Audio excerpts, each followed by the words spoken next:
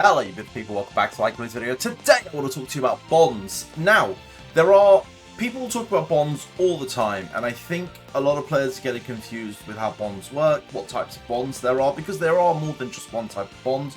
It's not that a player has a bond and therefore when you come into team, you can see, oh, that's a bond here.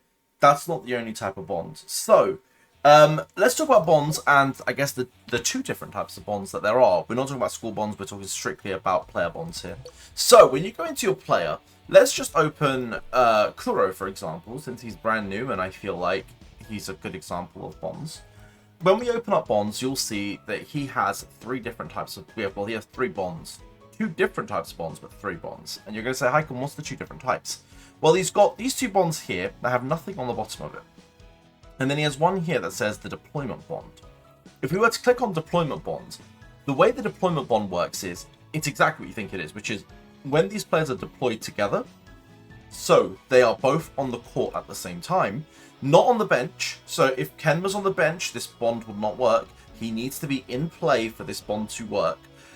Then you will have this bond and this, brain and control tower activated. Now, you can level up these characters by leveling them up and starring them up. So you can see, based on, 2 stars, 3 stars, this is going to get stronger and stronger. Up to 5 stars. And that's how you level up those bonds. Now, there are second type of bonds, which is these bonds.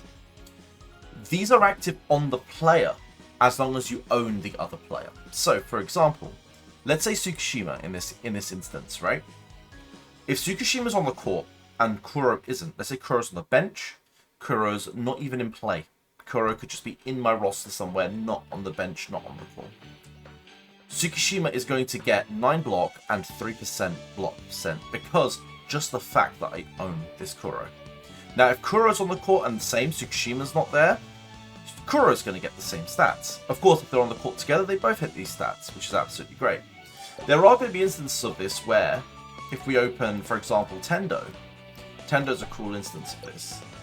And then you come to Tsukishima himself, you can see Tsukishima and Tendo have a bond together. Now, Tsukishima himself doesn't actually gain anything from this bond.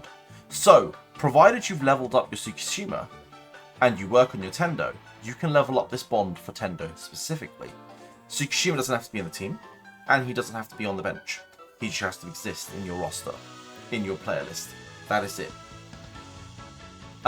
If we open Tsukishima now, you will see that that bond doesn't exist because it's not a bond that Tsukishima himself is benefiting from at all, and therefore it doesn't appear on there at all. So when you look through players, don't look through what bonds they have. What you want to do is you want to look and see, okay, in the case of Tendo, he's the one that benefits, therefore I still need to level up my Tsukishima. It's the thought process there. Now there are a number of characters, we can check this one out. It's a deployment bond, so you need to work on both of them for this to work. Remember, this is the 4-star version, so maybe this is not a bond that you want to work on, given that it's the SSR version, I should say. So maybe it's not useful to you. But bonds do come in 2 types, and when you're working on your team and you're working on leveling these bonds up, you want to factor in, is there a character that works with this, and therefore do I want to increase this?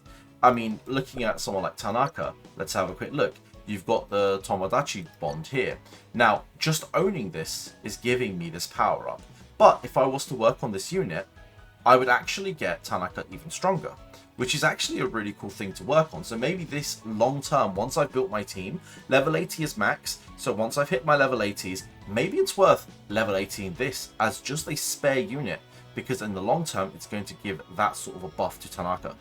So it's worth working on SSR units or SR units that are bonded, not deployment bonded, but bonded to this character. Same again, you can see I've worked on Nishinoya and I've worked on Tanaka, but I've never worked on Enoshita, and maybe it's worth working on him. Why? Because he's going to buff Tanaka and he's going to buff Nishinoya, who are 2 units that I do actively use, but by buffing him and just never putting him in my team, I'm still getting a direct team buff. So it's important to identify SR units that are going to work for you, and then from there progress.